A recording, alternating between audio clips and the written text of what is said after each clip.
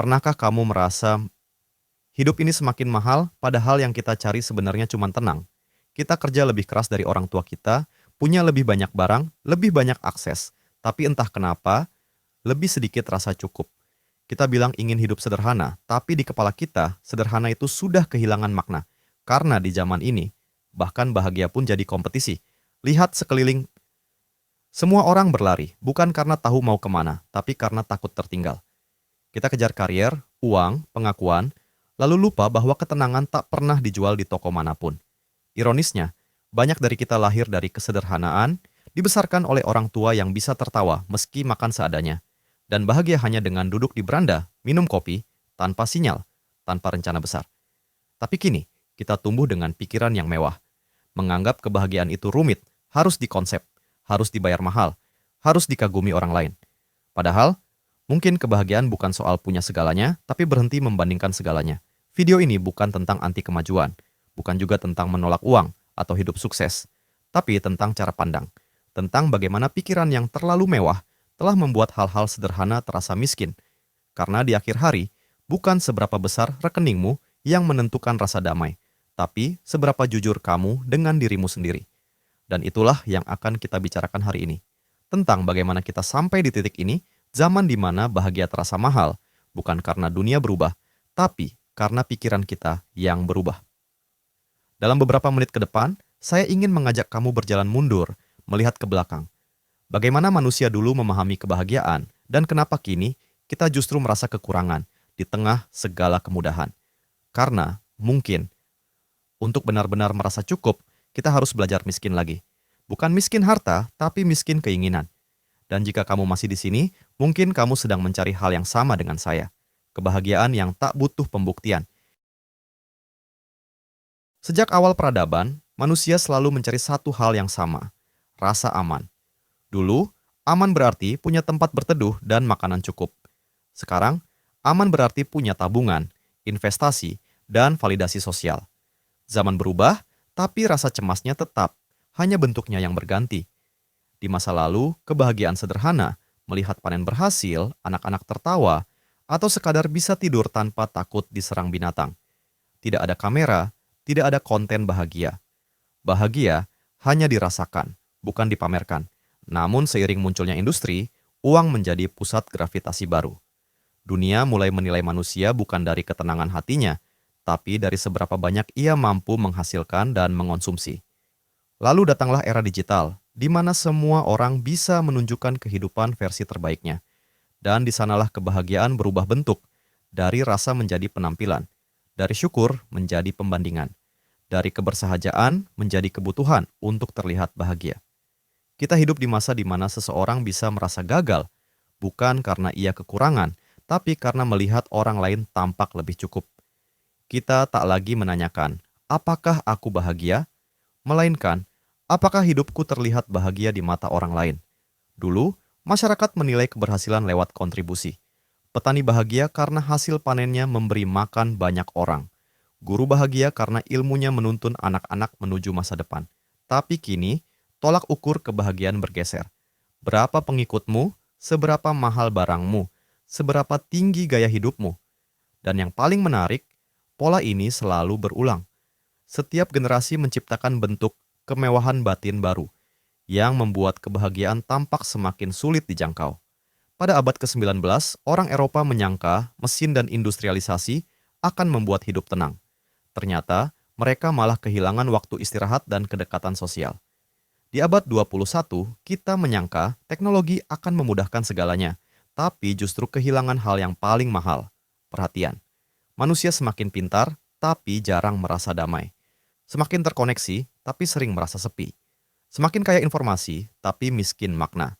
Padahal, seperti yang pernah dikatakan oleh filsuf Henry David Thoreau, manusia menjadi kaya bukan karena memiliki banyak hal, tapi karena mampu hidup dengan sedikit kebutuhan. Mungkin kita semua tahu itu.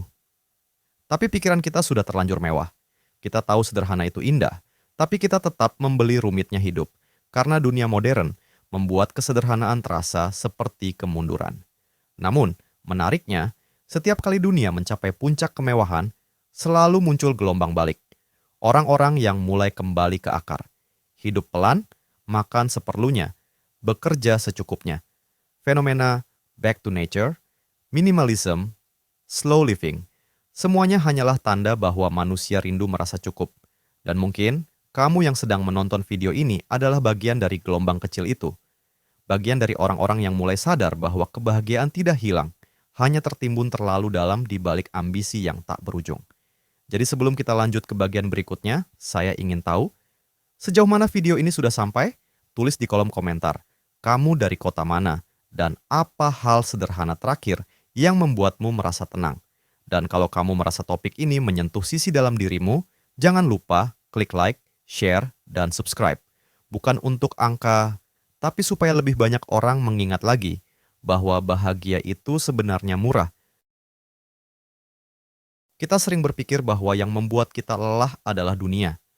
Padahal yang membuat kita lelah adalah pikiran yang tak mau berhenti membandingkan. Mari kita lihat secara jujur. Kita bekerja keras bukan karena kebutuhan, tapi karena ketakutan. Takut terlihat tertinggal, takut terlihat biasa, takut tak dihargai. Dan di sanalah jebakannya dimulai. Masalah pertama, kita mengira bahagia lahir dari memiliki. Padahal, kebahagiaan lahir dari merasakan. Dunia modern menukar rasa dengan angka. Nilai diri kita diukur dari saldo, bukan dari kedamaian batin. Kita tak lagi bertanya, apakah aku tenang? Kita bertanya, apakah aku cukup sukses untuk disebut bahagia? Dan semakin kita berusaha menjawab pertanyaan itu dengan harta, semakin jauh kita dari rasa cukup. Contohnya sederhana, kita beli ponsel baru bukan karena yang lama rusak, tapi karena semua orang di sekitar kita sudah ganti. Kita upgrade motor, ganti gaya hidup, beli dekorasi, beli simbol. Kita tidak sadar, yang kita kejar bukan fungsi, tapi status. Dan status itu tak pernah punya garis akhir. Itu lapisan pertama jebakan. Keinginan yang tumbuh dari perbandingan. Lalu, muncul lapisan kedua. Akibatnya, semakin sering kita hidup dari perbandingan, semakin dangkal rasa syukur kita. Kita menjadi sulit menikmati momen kecil, makan bersama keluarga, melihat langit sore, mendengar tawa anak-anak.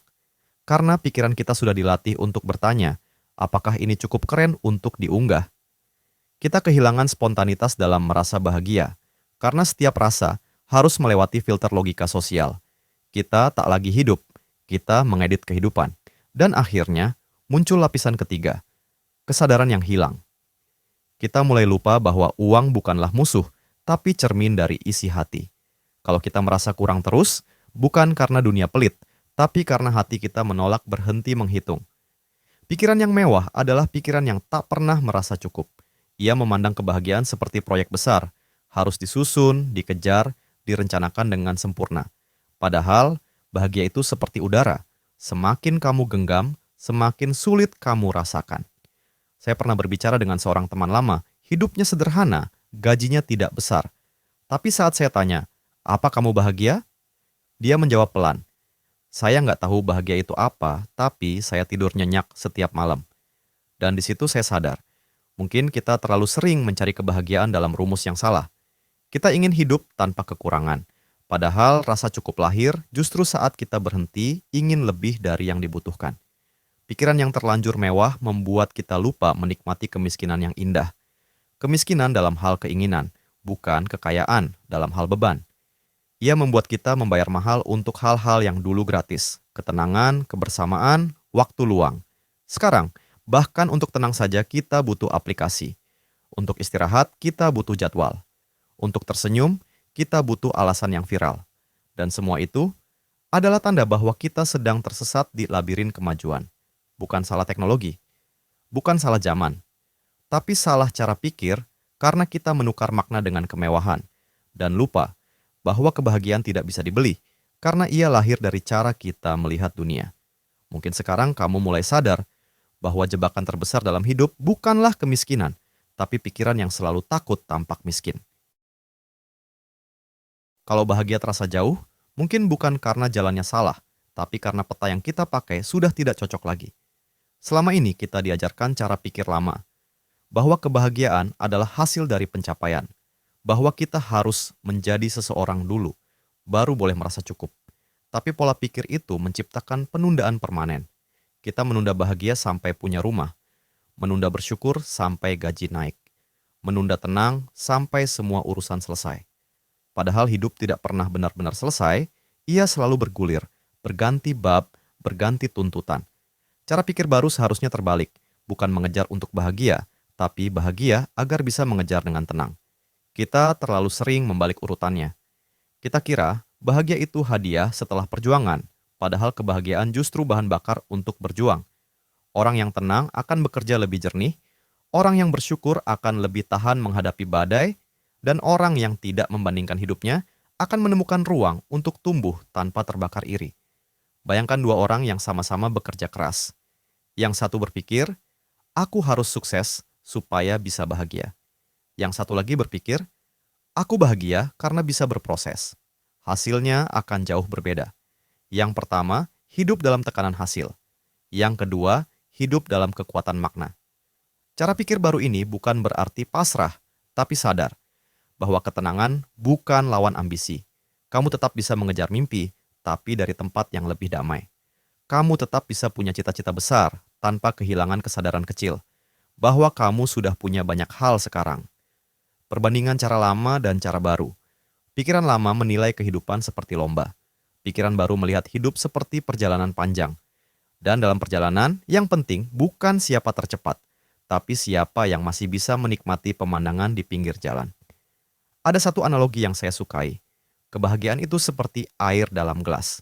Kalau kamu aduk terus, airnya keruh. Tapi kalau kamu diamkan, ia akan jernih kembali. Begitu pula hati manusia, kadang kita terlalu sibuk mencari makna, padahal yang kita butuh hanya diam sejenak, membiarkan hati jernih dengan sendirinya. Dan kalau kita mau jujur, semua orang yang benar-benar bahagia memiliki satu kesamaan. Mereka hidup tidak berlebihan. Mereka tidak butuh pembuktian, karena yang mereka kejar bukan kekaguman, tapi ketenangan. Mereka tahu, mewah itu bukan tentang banyaknya barang, tapi tentang sedikitnya beban pikiran. Inilah cara pikir yang mengubah segalanya. Bukan teori baru, tapi ingatan lama yang harus dihidupkan lagi. Bahwa hidup itu bukan tentang memiliki segalanya, melainkan tentang tahu apa yang cukup. Dan mungkin itulah inti dari kebijaksanaan. Bukan menemukan hal baru, tapi berani melepaskan hal yang tidak perlu. Mungkin, jika kita mau jujur, hidup ini sebenarnya tidak serumit yang kita bayangkan. Yang membuatnya rumit adalah cara kita terus menuntut lebih, padahal sebagian besar yang kita cari sudah ada di sekitar kita sejak lama. Lihat orang-orang yang kamu cintai, keluarga, teman, atau mungkin hewan peliharaan yang menunggumu di rumah. Berapa kali kamu benar-benar memandang mereka? Bukan sebagai rutinitas, tapi sebagai karunia. Kadang tanpa sadar, kita mengejar sesuatu yang bahkan tak punya bentuk. Kita ingin lebih bahagia, tapi tak tahu apa artinya. Kita ingin lebih sukses, tapi tak pernah mendefinisikan batasnya. Dan ketika kita terus berlari tanpa arah, hidup berubah menjadi sekadar lomba napas panjang, bukan perjalanan yang bermakna. Pernahkah kamu memperhatikan langit sore? Warna jingganya tidak pernah sama setiap hari, tapi entah kenapa manusia modern jarang menatapnya. Kita terlalu sibuk menatap layar, menyegarkan notifikasi, menunggu validasi yang mungkin tak pernah datang. Padahal, mungkin langit sore itu adalah pesan lembut dari Allah, bahwa semua hal di dunia ini datang dan pergi dengan indah. Bahwa tidak ada yang benar-benar milik kita, selain waktu dan rasa syukur yang kita hayati saat ini. Kalau kita bisa memahami itu, kita akan berhenti memaksa hidup harus selalu naik. Kita akan sadar, kadang hidup memang harus diam. Karena dalam diam itu, kita belajar melihat bahwa setiap detik yang berlalu sebenarnya sedang mengajar kita sesuatu. Bahagia itu murah, karena ia tidak memerlukan banyak hal. Yang mahal adalah kesadaran untuk menyadari bahwa kita sudah bahagia. Dan mungkin, kebahagiaan bukan tentang bagaimana hidup terlihat, tapi tentang bagaimana kita merasakannya. Meski tanpa sorot cahaya, tanpa sorak tepuk tangan. Jadi malam ini, atau kapanpun kamu sempat, cobalah duduk sebentar. Matikan notifikasi. Tarik napas dalam-dalam, lihat sekelilingmu, dan tanyakan pada dirimu sendiri dengan lembut. Kalau hari ini bukan cukup untuk bahagia, kapan lagi aku akan berhenti mencari alasan? Karena mungkin bahagia itu bukan tujuan, melainkan keadaan hati yang kamu izinkan hadir tanpa syarat. Sekarang, kamu sudah mendengar semuanya tentang bagaimana bahagia itu sebenarnya murah, tapi pikiran kita terlanjur mewah. Kita menyadari bahwa dunia tidak sedang melawan kita. Kitalah yang kadang terlalu sibuk melawan diri sendiri. Kita kejar pengakuan, padahal yang kita butuh adalah penerimaan. Kita cari ketenangan, padahal yang perlu kita lakukan hanyalah berhenti berisik di dalam hati. Mungkin hari ini bukan tentang menjadi lebih sukses, tapi tentang menjadi lebih sadar. Sadar bahwa setiap kali kamu menunda bahagia, kamu sedang menukar waktu yang tak akan kembali. Kita lahir tanpa apa-apa, dan suatu hari nanti kita juga akan kembali tanpa apa-apa. Yang tertinggal hanyalah cara kita memaknai perjalanan di tengah-tengahnya. Dan di antara semua hal yang bisa kamu kejar, mungkin yang paling layak diperjuangkan adalah rasa cukup. Cukup dengan rezeki yang kamu punya. Cukup dengan langkah yang kamu ambil. Cukup dengan dirimu yang hari ini masih mau belajar memahami hidup. Jangan tunggu semua sempurna baru merasa bahagia. Karena sempurna itu ilusi yang tak pernah selesai. Yang nyata adalah detik ini, saat kamu masih bisa menarik napas dan mendengarkan suara ini. Kita sering berpikir bahwa bahagia datang dari luar, padahal kebahagiaan selalu mengetuk dari dalam. Ia hanya menunggu kamu berhenti membandingkan, berhenti menunda, dan mulai mengizinkan diri merasa cukup. Kalau video ini menyentuhmu, bukan karena saya pandai bicara, tapi karena kamu sudah siap mendengar. Dan mungkin, inilah waktunya bukan hanya paham, tapi berubah. Mulai besok, cobalah temukan satu hal kecil yang bisa kamu syukuri tanpa alasan. Satu hal yang gratis, tapi menenangkan. Itu bisa secangkir teh, pelukan, atau waktu hening sebelum tidur. Karena dari hal kecil seperti itulah, kebahagiaan yang besar bertumbuh. Kita tidak perlu dunia tahu bahwa kita bahagia. Yang penting, kita tahu bahwa hidup ini tidak seburuk yang kita pikirkan, dan rasa tenang itu selalu bisa kita ciptakan sendiri. Karena paham tanpa perubahan hanyalah pengetahuan, tapi paham yang dihayati, itulah kebijaksanaan.